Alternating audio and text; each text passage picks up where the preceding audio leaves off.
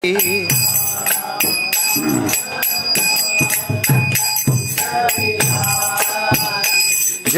Radha Madhava Kunja Bihari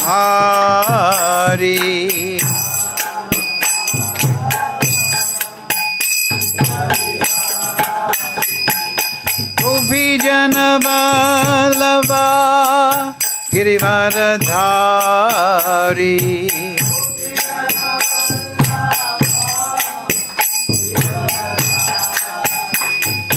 Gopi Jana Vallabha Girivaradhari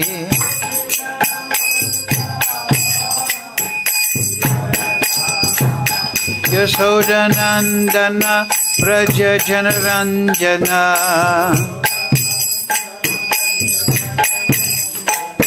Yashoda Nandana Braja Janaranjana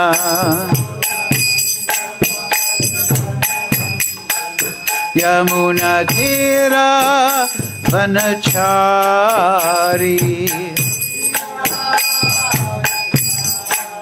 Yamuna Tira Vanachari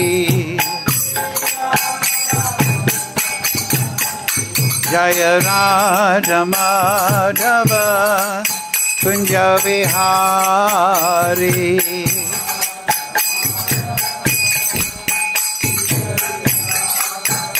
Jaya Radha Madhava Kunja Vihari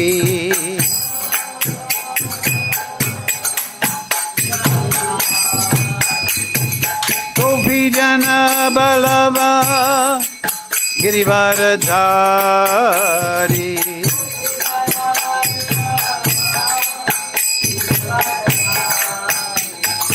Gopi Jana Vallabha Girivaradhari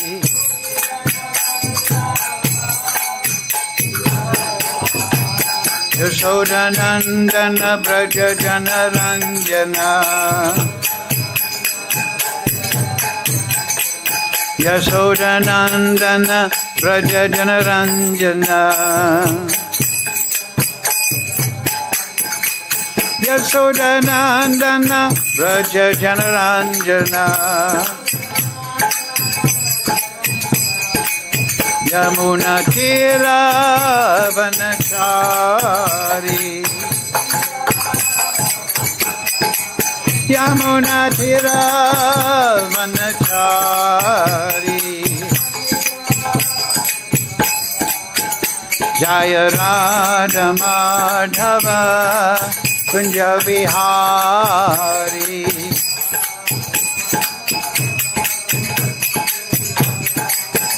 Jaya Radha Madhava Kunja Vihari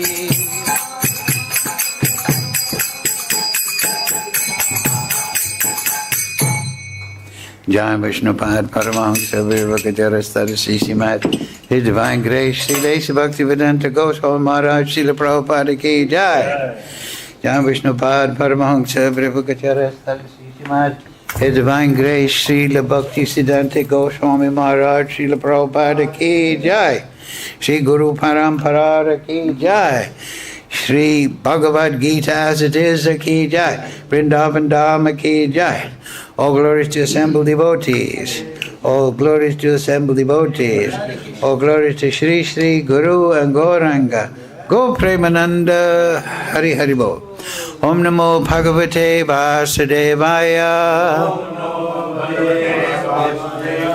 Om Namo Bhagavate Vasudevaya Om Namo Bhagavate Vasudevaya All together please. Om Jnana Timarandasya Ganandana Salakaya Chakshurun Militam Yena Tasmai Sri Gurave Namaha Sri Chaitanya Manobishtam Stabidam Yena Bhutale Swayam Rupa Kadamayam Dadati Swapadantikam Vandeham Shri Guru Shri Yukta Parakamalang Shri Gurun Vaishnavamscha Shri Rupam Sagrajatam Sahagana Raghunatam Vitam Tam Sajivam Sadvaitam Savadutam Prijana Sahitam Krishna Chaitanya Devam Shri Radha Krishna Padang Sahagana Lalita Shri Vishakam Vitamscha He Krishna Karana Sindhu Dina Bandhu Jagatpate Gopesha Gopika Kanta Radha Kanta Namoshate Tapcha Kanchana Gaurange Radhe Vrindavanishwari Vrishabhana Sudadevi Pranamami Hari Priye Vanchakalta Dubhyascha Kripa Sindhu Bhevacha Patitanam Pavnebhyo Vaishnavebhyo Namo Namaha Shri Krishna Chaitanya Prabhu Nityananda Shri Advaita Gadadhara Shri Vasadi Gaura Bhakta Vrinda Hare Krishna, Krishna Krishna, Hare Hare, Hare Ram, Ram Ram, Hare Hare. So, reading from Srimad Bhagavad Gita as it is, translation and commentary Srila Prabhupada. Today's verse is number 10 of chapter 12, Devotional Service. So, please repeat. Abhyashe pi asammatosti si mad karma paramo bhava mad atam api karmani kurvam siddhim avapsyasi abhyashe pi asarmatosi mad karma paramo bhava mad atam api karmani kurvam siddhim avapyasi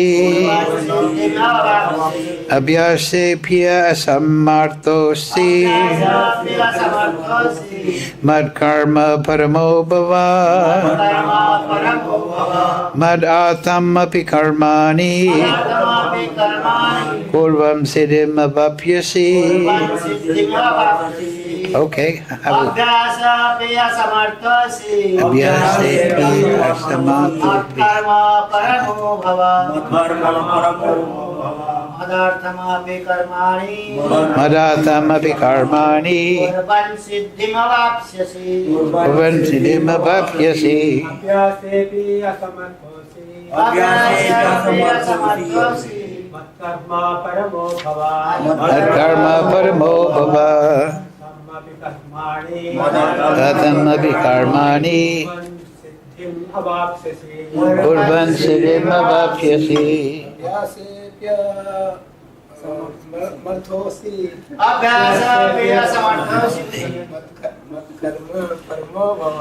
Mad karma paramo bhava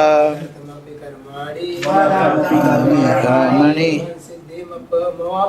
kurvan siddhim avapsyasi. Abhyase api asmarthosi mad karma paramo bhava mad artham api karmani kurvan siddhim avapsyasi. So, word for word, please repeat. Abhyashe, in practice, api, even if, asammata, unable, asi, you are, mat karma, my work, paramaha, dedicated to, bhava, become, mat atam, for my sake, api, even, karmani, work, kurvan, performing, siddhim, perfection, avapyasi, you will achieve. So, translation, if you cannot practice the regulations of bhakti yoga, then just try to work for me, because by working for me you will come to the perfect stage. Please repeat. If you cannot practice the regulations of Bhakti Yoga, then just try to work for me. Because by working for me, you will come to the perfect stage. Purport Srila Prabhupada. One who is not able even to practice the regulative principles of Bhakti Yoga under the guidance of a spiritual master can still be drawn to this perfectional stage by working for the Supreme Lord.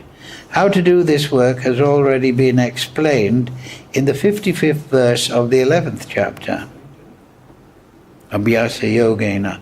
One should be sympathetic to the propagation of Krishna consciousness. There are many devotees who are engaged in the propagation of Krishna consciousness, and they require help. So even if one cannot directly practice the regulative principles of Bhakti Yoga, he can try to help such work. Every endeavor requires land, capital, organization, and labor.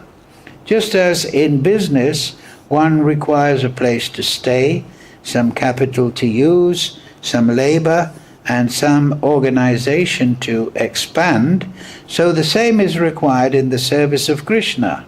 The only difference is that in materialism, one works for sense gratification.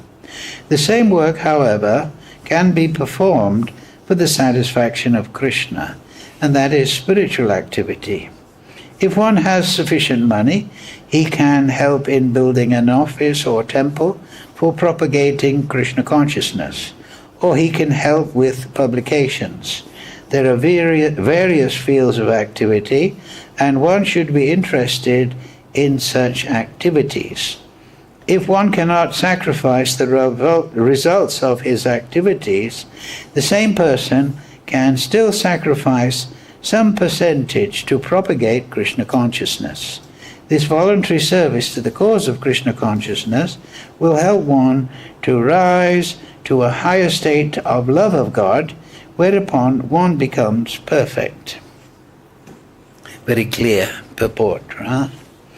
So, Mukam karochi vachalam pangam naite girim yat kripatamaham vande Sri Guru Niratarinam.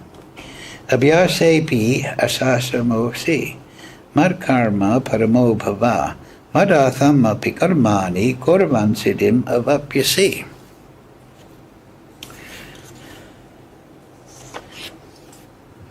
If you cannot practice the regulations of Bhakti Yoga, then just try to work for me, because by working for me, you will come to the perfect stage. Yes, that's the point. We want to come to the perfect stage. Mahaprabhu has made that very clear. That is Prem Bhav. We want Krishna Prem. But Krishna here is explaining to Arjuna different levels of engagement. Of course, Arjuna is very much lovingly Prem Bhav attached to Krishna. So this expansion or idea of devotional service is a little bit below Arjuna's position. Arjuna is very much in the, I think it was chapter 8th. Yes. Oh, no, 7.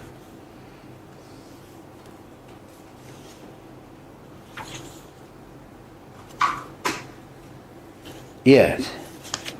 It's 6 and 7. But those who worship me. Now this comes after Krishna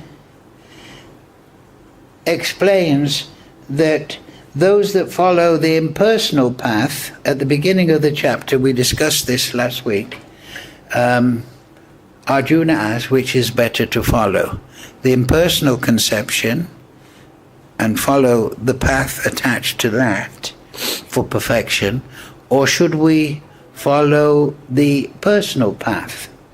So Krishna has already explained that impersonal path is very difficult for those that are in a material body, those that want to meditate on the Brahman, the Brahmajyoti, the impersonal or the personal effulgence of Krishna. That is difficult. And the reason he gives, is because if you're embodied, you're experiencing all this variety, and you're experiencing the desire to eat, sleep, mate, defend. So it's very difficult to maintain a meditation upon an impersonal absolute. Because that, as the Vedas say, nirvisesh and nirguna. Nirguna means without qualities, and nirvisesh means without variety, that impersonal conception. But our acharyas have explained the proper understanding that nirguna, when describing the absolute truth, refers to no material qualities. And nirvisesh explains no material variety. Because the absolute truth is the source of all the variety in the material world. And Krishna's bodily effulgence, the Brahmajyoti, Brahman, different names are there. It is actually sometimes taken as the impersonal Brahman. But actually we know it is the personal effulgence of Krishna. So it is ultimately linked to Krishna. So if somebody meditates on the Brahman, free of all material qualities, material variety, eventually he will progress to Turiya. Turiya means the fourth level of consciousness. Generally the living entity will experience three material levels on the material world. That is tamagun. And you know, with the illusion, sleepiness, deep illusion, so on. Then he'll experience a level of consciousness in Rajagun, which is more passionate, more active. One wants to enjoy the material world. Then he can experience in Sattvagun a more balanced meditation or reaction to the material energy. He'll be truthful, interested in spiritual matters, honest, and so on. But explains in the Shastras, there in 11th canto, the fourth level of consciousness is Turiya. That Turiya is above these modes. Though we say there is three, they mix up. Some people are a little bit sattvic with a lot of rajagun. Sometimes they're fluctuating and so on and so forth. Krishna will explain this later. But Turiya means above the modes, when one is attached. So it's very hard to get attached to just the bodily effulgence, because it is not a place of Leela. If one is meditating upon Krishna Leela, that is a very charming place. The Leela of Krishna with Radharani, with Nanda Yashoda, and then with the cowherd boys and his servants, and all the variety in the spiritual world. When one is purified, one gets a taste for that. And so that's very easy to meditate upon once one has purified oneself by bhakti yoga. But if one is just without full knowledge, meditating on the impersonal absolute Brahman as the final point of spirituality, then that is not so attractive as Krishna. Krishna is all attractive. That's reference to his form. But his Brahman, effulgence, is also attractive. There is that verse, I think we quoted last week, Hiranmayena patrena satyasya pahitam mukham. And the person is praying, "Oh Krishna, please remove your golden effulgence so that I can see your form of bliss." So from a distance we may see a light, but when we become closer we see that that light is a building and there's an activities within the building. So from a distance, without full knowledge or realization, we may think, oh, the spiritual energy is full of bliss and it is above the variety of the material world. But that is not the correct perception of the whole material world. But if one gets that conception and he meditates upon that, he will make progress. But it'll be difficult for him to transcend the modes, Krishna says, because it's difficult for those within a material body. Because the material body, this material world, is full of variety. So it's very hard to have an idea of something that has no qualities, no variety. Because as soon as you're thinking about it, you're thinking about a particular quality. So there is a conflict in it. But still, by the sincere endeavor, Krishna will reciprocate. Because Krishna is by nature merciful. So he will help. Yes. Advancement very troublesome. To make progress, for though it's difficult if you're embodied. And then he returns to describing devotional service to the personal form. And he explains, this is very interesting, this, just fix your mind upon me, the Supreme Personality. That means the personal form. You're all devotees, so you're familiar with this. And engage all your intelligence in me. Thus you will live in me, always without a doubt. So you see this 4 times. Prabhupada says in the purport, fix your mind upon me, Krishna is saying. Upon me, he's emphasizing me. But then he says it again. And engage all your intelligence in me, Krishna says. So that's, fix your mind upon me and put your intelligence in me. Thus you will live in me. Always without a doubt. So put your mind upon me, engage your intelligence in me, then you will live in me always without a doubt. So this is the path of bhakti, that we are manmana bhava madbhakto majjhaji mam naskaru. We are hearing the pastimes of Krishna, we're discussing the pastimes, we're remembering the pastimes, we're serving the pastimes of Krishna. So we can use all our talents as a person, as a personality, in that service. Whereas if we meditate on the impersonal, there's nothing to offer in a sense, other than the mind and the conception of a bright light. So that is not so attractive. And the personality is the source of that effulgence. Now, this is number 9, before today's verse. So that if you fix your mind upon Krishna and your intelligence, your loving attitude, and you live within Krishna, that is Siddha.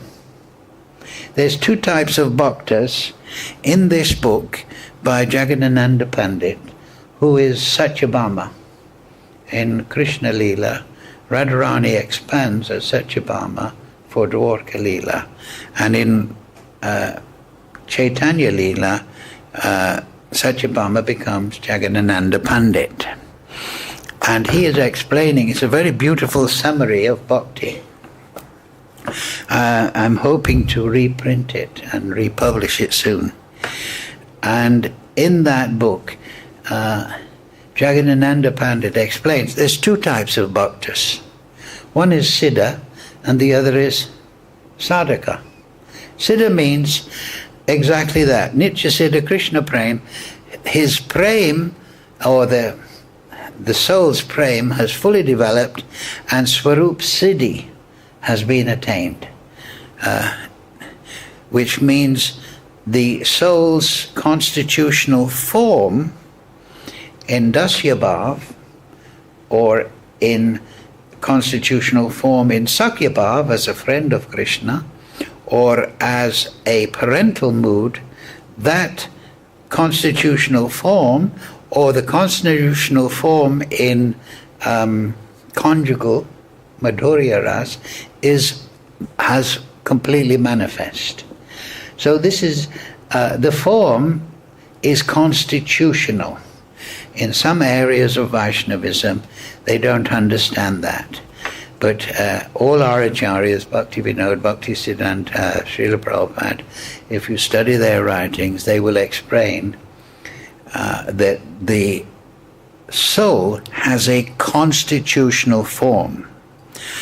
If we think that the soul has no constitutional form, this is an infection of impersonalism.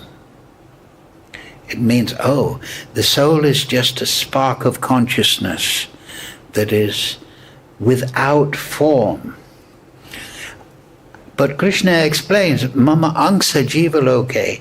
So this is a philosophical misunderstanding, that Krishna, his form as Krishna, is constitutional.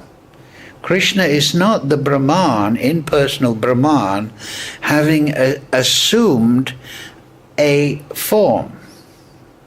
That is the Mayavadi idea, that the impersonal Brahman reacts with the material energy and then creates the form of Durga, Lord Shiva, Lord Krishna, Vishnu.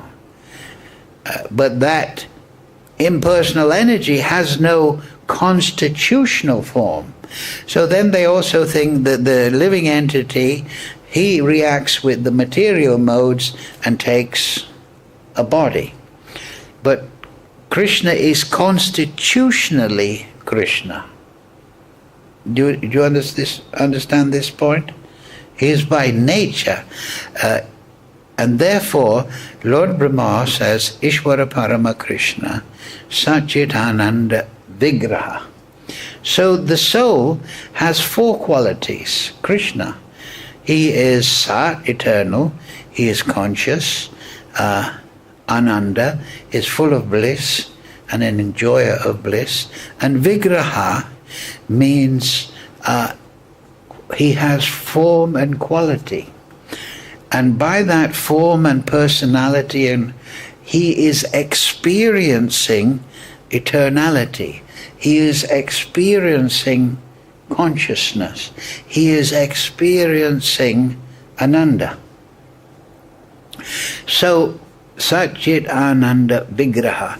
Also at the end of Brihad Bhagavatamrita, the nature of the soul is described, Satchitananda Rupasya. That is in the writings of Sanatana Goswami, and he explains that the soul is like Krishna because it is an angsa of Krishna, it is a sample of Krishna.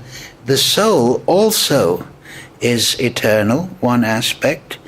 The soul is conscious, the soul is feeling bliss and experiencing bliss, and Rupasya, he's the form of that, meaning that he has a personality within the soul which is experiencing. Just like if we understand, we can understand this from our personal experience. Now it is the humidity of the rainy season. So we're not just experiencing it in the way that this microphone might be experiencing the heat and cold and the humidity. but we are experiencing the experience. We are cognizant of our condition. We are the observer of our condition. Whereas this microphone, which it doesn't know if it's hot or cold, or if I'm speaking or what I'm saying. It is not self-aware. So the soul is self-aware, and that is the fourth aspect. He is eternally existing. He is eternally existing with consciousness. He's perceiving his happiness and distress in the material world, and he is experiencing that by observation of himself. You understand this point? So they're the 4 points. They are all blended together in the soul. So, when the soul is liberated in bhakti and he is perfected, he experiences the full development of his soul. And that means that the soul is just like a spark in the undeveloped condition. It is just like a seed, just like the seed of a tree has the design of a tree within, but it has not yet fully expressed itself. Within each seed there is a peepal tree, an ashwatthama tree, an oak tree, so on. It is there, but it is dormant. So when it is said, Jivera Swarupoi Krishnara Nichadas, is saying that different souls through different lifetimes of bhakti practice, they have different levels of development of their swarup. Just in the same way that a tree has different levels of development. The first, if you plant a tulsi seed, you first two leaves come, then 4 leaves come, and then so on and so forth. Then it develops more seeds. So the soul is like that. That is the example Prabhupada gives. The soul is, each soul, just like every seed, has a particular tree in it. So every soul is equipped with his own constitutional nature. And that is the nature of the soul, because it is an angsa, it is a sample of Krishna. Krishna is constitutionally Krishna. He's not become Krishna by interacting with the modes or so on and so forth. He is constitutionally Krishna. So we are angsa, mama angsa jiva loke jiva buddha, and so we also are constitutionally devotees of Krishna. Nichara Krishnadas. So this sloka here, where Krishna is explaining, just always fix your mind in me, live in me, your intelligence. This is the Siddha Bhakta. His constitutional form has fully developed. And this is also the analogy given by Rupa Goswami. Rupa Goswami says that the bhakti lata grows from the soul, and it grows and it goes through the material coverings, and then it finds refuge at the lotus feet of Krishna, and it flowers, and then after the flowering the fruit comes, and that fruit is love of God. So this is also corresponding with the acharyas and so on and so forth, that the soul is developing his swarup. Just like in the Brahma Samhita, it says the highest devotion is Prabhude Jnana Bhakti Bhyamatmani Ananda Chinmayi Uttamak Bhakti Bhagavat Prema Lakshana. The highest devotion, prem, is attained by slow degrees, by the method of Siddhanta, Pramana, understanding the process, the Vedic conclusions, by theistic conduct and steady application. Just like a tree grows steadily. So the Swarup doesn't suddenly appear after chanting Hare Krishna for a week. It will grow slowly, slowly. And then once it is developed and it has grown fully, this is an analogy, and the fruit of that growth is there, then the devotee enjoys the mellows of love of God with Krishna. So we should understand that, the gradual process of bhakti. Acharyas have described in this way. But we should be assured that we have our relationship with Krishna inbuilt to the soul. Like I say, in some upper sampradayas, they're saying, I will give you Swarup. I will give you the meditation. This is your pranali, this is my Diksha Patra, and I do. No, you don't find that in the Bhagavatam, in the writings of Rupa Goswami, Nectar of Devotion. You don't find that in the writings of Raghunath Das. Because the soul develops spiritually when the practice and the conception is correct. Pramana. When you have the clear idea, then you can develop nicely. But if you're thinking, oh, I don't have a form, but I have to meditate upon a form, and then I have to be careful what I meditate upon because I might develop the wrong form. You understand? I don't want to meditate upon the Battle of Kurukshetra because I might develop a form in the battlefield. No, the soul is there equipped. So, but Krishna first explains to Arjuna here, you're living in me, your intelligence is with me, your desire is with me. So, that is the Siddha Bhakta. His relationship is established with Krishna. So we are all made for that. We can all attain that. But how? Then Krishna, the perfect spiritual master, if you cannot practice,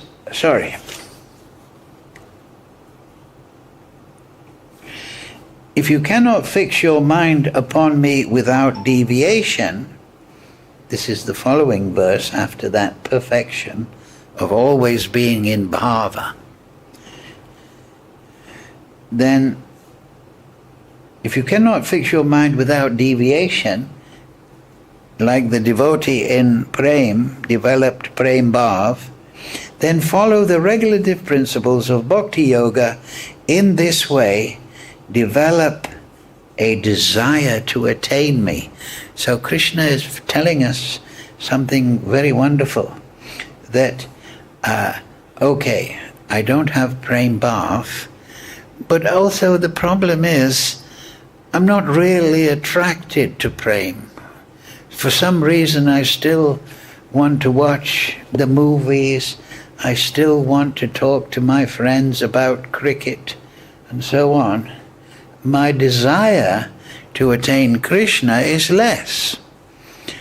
But I know I should walk this path towards Krishna, but how can I do it? My mind is in the way. If you cannot fix your mind upon me without deviation, if you're being distracted, you've heard from the spiritual master, you've heard from the acharyas, you've read Shastra, oh, I'd like to go to the spiritual world and be with Krishna, but my mind is taking me here and there. Then follow the regulative principles of Bhakti Yoga. In this way, develop a desire. So just like if you have a desire to be a Madanga player, then you will practice. Oh, he's a good Madanga player. I want to be like that. Then you will practice steadily, day by day. oh, I want to learn the harmonium, you'll practice. But if you don't have the desire, you won't practice. So the real thing is that you have to decide, right, I want to attain Krishna, but so now I have to practice bhakti yoga in the level of sadhana. Because as we said, there's two types of devotees. There's the siddha, who's attained bhava bhakti, and then there is the sadhaka. Sadhaka is the person who has understood, I have to perform jnana and vairag, I have to learn the shastra, I have to become theistic and pure in my lifestyle, and I have to practice steadily. And then it will wake up my prem bhav, right? This is the devotee. So, as he practices sadhana nicely with sadhu sangha, then his desire to attain Krishna is the fruit. And that desire to attain Krishna that the sadhaka feels, the sadhaka will find that he is attracted to Krishna, but he will find that he is attracted to Krishna in a particular bhava. Because the desire to attain Krishna is not, I want to attain Krishna, but it is in a particular mood of that constitutional nature. Some people will desire to attain Krishna and they will have an awakening of madhurya ras. They'll have an awakening of vatsalya bhav, parental attitude. Some people will awaken naturally in a mood of sakya bhav and dasya bhav. This mood, this awakening of the mood, the desire, will be in one of those basic categories. Of course, everybody has a particular relationship, individual relationship, so that will wake up. But Acharyas, Rupa Goswami, is explaining Abhideya, how to perform bhakti. He explains this. Cultivate not just bhakti, but cultivate the awakening mood. Bhakti is described in different ways, but basically bhakti, another way of understanding bhakti is that it is in sadhana bhakti or it is in bhava bhakti. These are the stages of bhakti. Sadhana bhakti can be broken into two stages. One is Vaidhi Bhakti, following the rules and regulations, chanting regularly, going to Mangalarti, following regulative principles, try to become a good personality, pure in your activities, so on and so forth. This is the rules and regulations of bhakti. Try to purify your existence, and in Kali Yuga, chant Hare Krishna. But chant Hare Krishna desiring perfection. Just like we sing every morning. Moraye abilas, vilas kunjadiyo vas. I want to serve Vrinda Devi and the divine couple in Vrindavan. I'm just not impersonally or meditating, but I want to serve them in that realm. So Vaidhi Bhakti follows the rules and regulations as Krishna here. And the next stage that will awaken is Rag Bhakti. From your purity and your chanting, Krishna will bless you. The spiritual master will bless you, Spuryada, and you'll find an awakening of attraction to Krishna. That is Rag. Rag Bhakti means attraction. Vaidhi Bhakti means there is an adherence through tapasya and knowledge and determination on the rules and regulations of bhakti, but that is not the goal in itself. Those rules and regulations are to help the soul awaken to a particular mood of attraction. That is called raga anuga bhakti. Vaidhi bhakti, raga anuga. So raga means attraction. Anuga, what does that mean? Following the attraction. Well, if one follows Vaidhi bhakti nicely, one will desire to attain Krishna in a particular mood.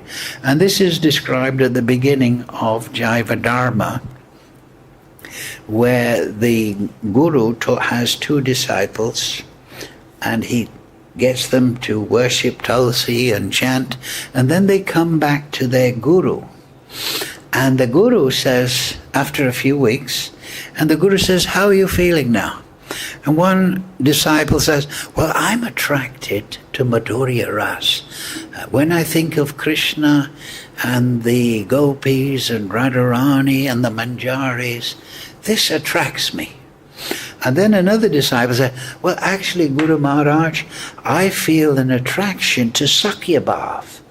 I just feel that the cowherd boys, their jesting and fun and association with Krishna is so attractive to me." So the Guru says, "Okay, now your raga is awakening in a certain mood. So I want you to now pursue your bhakti, and particularly your chanting of Hare Krishna, in that mood, cultivating that mood. And how will you cultivate nicely? You will follow the mood of the gopis and Radharani. You will follow that mood in your chanting. You will not just chant Hare Krishna, Hare Krishna, Krishna Krishna, Hare Hare, as somebody in Vaidhi Bhakti may be doing, but now your raga, your desire to attain Krishna is waking up, so it's taking a particular mood because that is your constitutional nature. So now the Guru says, so cultivate that mood in your chanting. The mood is the central core of the soul. Each soul has a particular mood. So then he says to the devotee interested in Sakyabhav, so you chant in that mood. And anuga means that now you study 10th canto and the Leela Shastra about how the cowherd boys and Krishna enjoy their Leela, and you pick up that mood more and more, and you follow that mood in your chanting. And you study how the Ras Leela, the gopis, Radharani, and this will develop your understanding of your own awakening mood, and you, anuga, you follow that. But at the same time, follow the rules and regulations very nicely, so that this awakening mood is not covered or lost. So that is Raganuga Bhakti. And that is particularly why Mahaprabhu is called the most merciful, because he came to give Raganuga. In the Chaitanya Charitamrita, it is explained in the, I think it's in the Adi Leela, I am coming, Charibhav, to make the world dance with these moods of Vrindavan, Charibhav. And that's why he's the most merciful, because he's not just giving rules and regulations to live a pure life and elevate yourself, but he's giving access to the spiritual Turiya platform through that Seva Bhav in a particular mood. So, that is Raganuga. And that leads to Bhava Bhakti. And in Bhava Bhakti, one is directly realizing Krishna. The soul is completely purified and he is realizing Krishna, and that bhava reveals Krishna, and then the relationship with Krishna is revealed. Now this is also another important point. Sometimes people think, oh, I should meditate upon myself in a particular bhava, and then I'll develop that relationship. No, actually, you should meditate upon Krishna, and when Krishna's realized, you will realize your relationship with him. Just like when the sun comes up, you will see everything. So first, manmana bhava mad bhakto, realize Krishna, then your relationship with Krishna will be inbuilt. It'll be part of that.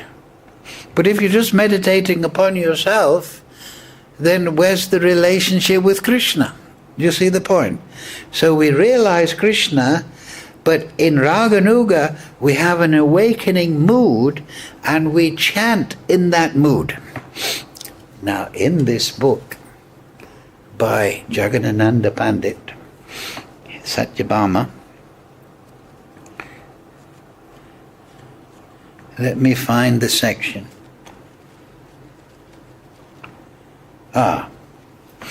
Yes, this is chapter 16. It's called The Nature of Divine Love. So in this book, Jagadananda Pandit, who had a very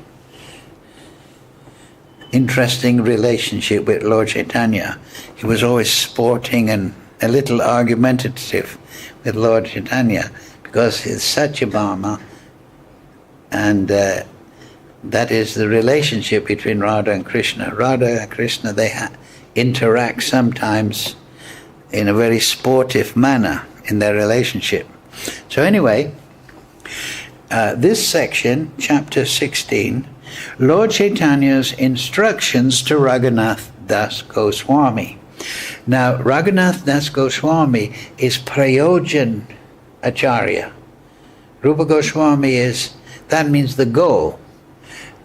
Rupa Goswami is Abhideya Acharya, how to practice bhakti, giving nectar of devotion and everything.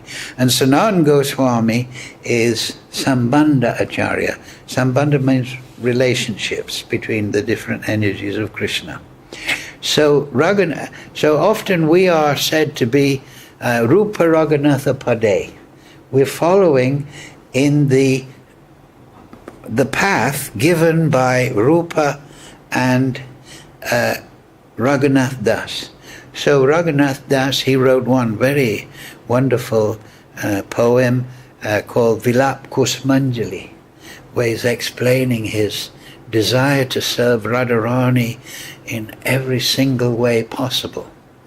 And he's explaining in that ecstatic way. Rupa Goswami is giving all the different procedures. Sanatana Goswami in the Hari Bhakti Vilas is giving all Sambandha Gyan. But now, this is Lord Chaitanya's instruction to Raghunath Das Goswami, the Prayojanacharya.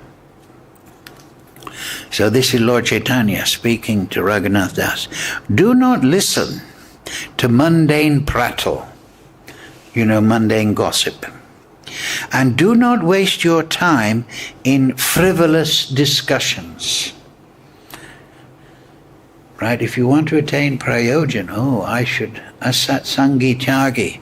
I shouldn't be interested in mundane things. This is the first thing, negative. Don't do this. Don't waste time. Mundane prattle. That means prajalpa. Prajalpa niyamagraha. Don't get distracted into that. Why eat to titillate the palate and maintain the body lavishly with luxurious amenities? So of course, the six Goswamis, they're famous for their austerity. Raghunath Das, they would eat just maybe some chach and so on. They would sleep under a different tree, perhaps. They would be very minimal in their material luxuries. So why eat to titillate the palate, right? Oh, I want this, I want this. Oh, yes. Then I'll chant. No. Don't make that a priority. Why eat to titillate the palate and maintain the body lavishly with luxurious amenities? Huh? What is that verse? Vasudeva bhagati bhakti yoga prayodhiti jnanati ashu vairagyam jnanam chayot ahoitakim vairag. Do not hanker for esteem and respect. Mahaprabhu said, right? Tranadapi Amarina. Don't be concerned that people will think you're a great devotee, but offer respects to everyone. Amarina. Don't be too concerned if people think you're a great or no good or this and that. But all the time, give respect, because they are the temple of Krishna. Take shelter of the holy name of Krishna and chant constantly. Kirtaniya Siddha Hare. Serve Srimati Radharani and Krishna in the mood of Vraja, in the core of your heart. Right? This is what we're just trying to explain. You're giving up mundane distractions, but you're serving Radha and Krishna with your chanting in the mood of Vraja, in the core of your heart. Now, Krishna in the 10th, he explained, Tesham satata yuktanam bhajatam priti purvakam dadami buddhi yogam tam ye manapitam. So this priti purvakam, those that are always serving me with priti purvakam, that means in the mood of Raja. Of course, in Bhagavad Gita, Krishna doesn't fully expand, but we understand from Mahaprabhu's devotees, this priti purvakam, bhajatam priti purvakam, they worship me with priti. That means, and full of it, purvakam, they're full of this mood. They're feeling, the sadhaka is feeling, I'm awakening in this Sakya Bhav, in this Vatsalya Bhav, and this is now the mood of my chanting and my meditation upon Krishna and the execution of my mala. Just like I'll say this again. Take shelter of holy name of Krishna and chant constantly. Serve Radharani and Krishna in the mood of Raja, in the core of your heart. So in your heart, that mood is there. The Lord's unequivocal instructions opened Raghunath Das Goswami's eyes of knowledge, and he understood that pure love of God can never be cultivated without first being freed from material illusions. Lord Chaitanya continued, through pure chanting and in meditation, develop your pure, perfected spiritual form and worship Krishna, the Lord of Srimati Radharani. Free yourself from the desire for distinction and adoration, the mundane things, always offering respects to others. Cultivate complete detachment from material life and become as tolerant as a tree. Externally, your devotional service is to always chant the name of Lord Krishna, and internally, which we're trying to describe, constantly engage in serving Radha Krishna with your spiritual body. Now for the sadhaka, his spiritual body is not fully developed, but he's trying to develop his raganuga, he's trying to follow that mood of Raghunath Das, of the gopis, or of the Sakhis, or the Mathura. Okay, 1 minute. Control your rapacious palate, control the tongue, right? And give up luxury and comfort. Do only what is necessary for maintaining your body. Okay, so this is Lord Chaitanya's instructions to Raghunath Das Goswami, but we understand, of course, he's teaching us through this, that we're awakening to a particular mood, so that is our internal practice. Our external practice is to chant and to be clean and friend and not want respect, to become sadhu, But internally, this is very important, that we should be developing this attraction to Krishna in a particular mood, and we should cultivate it. That is the message of the Goswamis. That is the message of Mahaprabhu, how to internally develop your Swarup by observing under direction of Guru your awakening desire to attain Krishna in a particular mood, and then you chant cultivating that mood. Is that all clear? Yes. Yeah. So, yeah, thank you very much. So, Sri Sri Radha Krishna Raganuga Bhakti Prem Bhakti Ki Jai. Thank you all very much. We have to finish now because there's a